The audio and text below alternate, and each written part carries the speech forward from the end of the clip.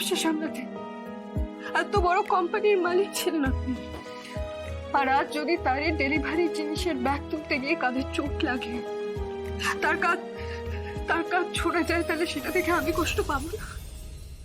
আমার কষ্ট হবে না সেটা দেখে? ছোট সাহেব, দেবীমার যেরকম আপনাকে নিয়ে এতটা আশা, আমারও ঠিক তাই। আমারও আপনাকে নিয়ে অনেক আশা আছে, অনেক স্বপ্ন আছে। আমারও মনে হয় যে আপনি বড় কোনো কাজের জন্য তৈরি হয়েছে। এসব সাধারণ ছোট্টখাট্ট কাজ আপনার জন্য নয় ছোট সাহেব। একদমই নয় কুসুম, এই মুহূর্তে আমার কাছে কোনো কাজই ছোট বা সাধারণ নয়। আমরা যে এই মুহূর্তে খেতে পারছি বা সংসারের যাবতীয় প্রয়োজনীয় জিনিসপত্র কিনতে পারছি, সেটা কিন্তু এই কাজের জন্য। তাই তোমার কাছে বা মায়ের কাছে এই কাজ ছোট হলেও আমার সাফল্যের চূড়ায় পৌঁছানোর এটাই আমার প্রথম সিঁড়ি। একটা জিনিস মনে রেখো কুসুম, সমস্ত বড় কিছুর শুরুটা হয় কিন্তু একদম ছোট কিছু থেকেই। আমার মা এরকমই কোনো একটা দিন একটা ছোট্ট সার্কেলে একটা বিজনেস শুরু করেছিলেন, আর সেই বিজনেসের মারফতই আজ মা গাঙ্গুলি এম্পায়ার দাঁড় করাতে পেরেছে। কুসুম, একটা ছোট্ট গাছ যখন জল খাওয়া মাটির স্বাদ পায় না, তখন সে আস্তে আস্তে ধীরে ধীরে বড় বৃক্ষ বা মহিরুহতে পরিণত হয়। আজ হয়তো আমি একটা ছোট্ট কাজ দিয়ে শুরু করেছি, কিন্তু তুমি দেখো আমি আগামীতে একটা বড় বিজনেসের হেড হব। আমরা দুজনে একসাথে অনেক উপরে উঠবো কুসুম, শুধু তুমি আমার পাশে দেখো।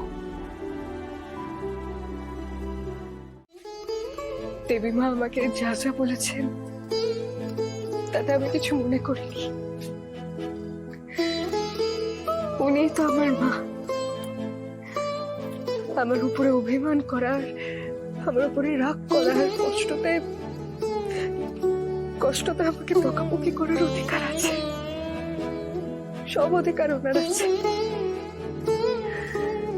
তবে তুমি দেখো ঠাকুর,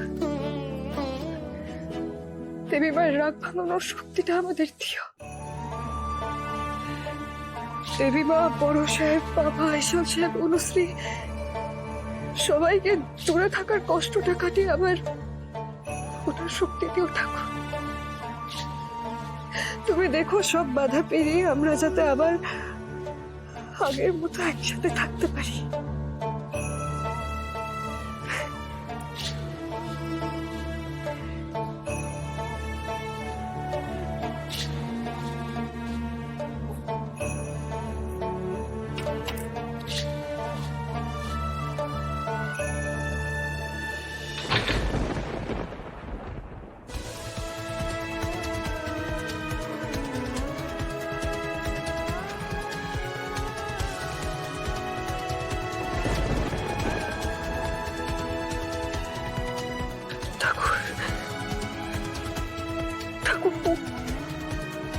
তুমি আমাদের কোন ছড়ের ইঙ্গিত দিচ্ছ?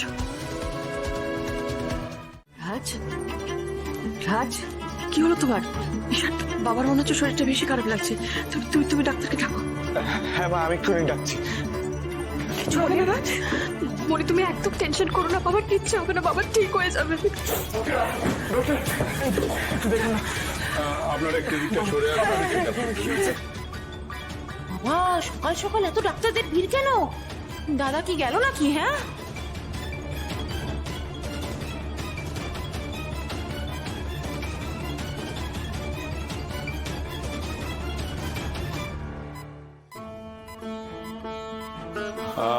দেখুন, ওনার অবস্থা কিন্তু ইমপ্রুভ করেনি, আরো ক্রিটিক্যাল হয়ে উঠছে।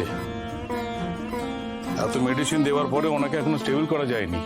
আমি কিছু শুনতে চাই না ডক্টর, যা করার করুন, শুধু ওকে ওকে ওকে বাঁচিয়ে তুলুন প্লিজ।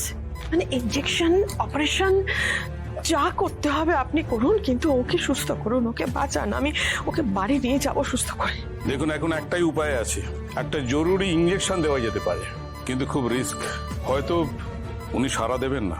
হ্যাঁ, তো এটাই যদি এখন এই মুহূর্তে একমাত্র উপায় হয়, তাহলে আপনি কেন দেরি করছেন? ব্যবস্থা করুন না, সেটাই দিন না। ওকে সিস্টার, ইঞ্জেকশন।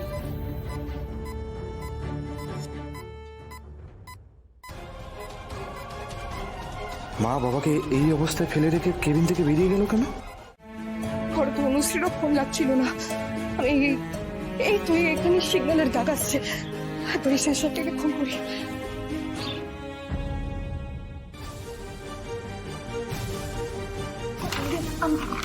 এই দেখ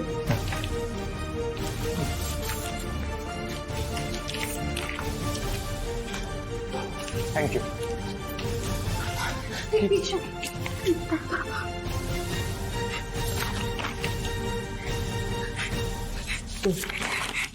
ঈশান, বাবার রিপোর্ট তো খুব খারাপ এসেছে গো। ইমিডিয়েটলি অপারেশন না করলে তো বাবার সাংঘাতিক অবস্থা হবে।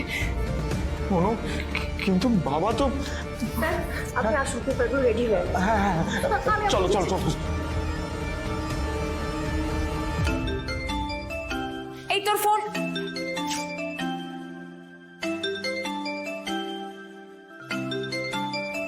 মা, এই মেয়ে তলে তলে ঈশানের সাথে যোগাযোগ রেখেছে, তার মানে ওর কাছ থেকে টাকা পয়সা নেয়। নেওয়াচ্ছি তোমাকে টাকা ভালো করে। হ্যালো, কি চাই তোমার? ছোট ম্যাডাম, আমার কিছু চাই না ছোট ম্যাডাম, আমি শুধু এইটুকু জানতে চাই যে বাড়ির সবাই কেমন আছে, বাড়িতে সব ঠিক আছে তো, বড় সব ঠিক আছেন? কুসুম কি করে দাদার অসুস্থতার কথা বুঝলো? ঈশান বা কেউ তো ওকে একবারও ফোন করেনি, আমি খেয়াল রেখেছিলাম। শোনো, তোমার বড় সাহেব এখন জীবন মৃত্যুর সাথে পাঞ্জা লড়ছে, আর সেটার জন্য শুধু তুমি দায়ী।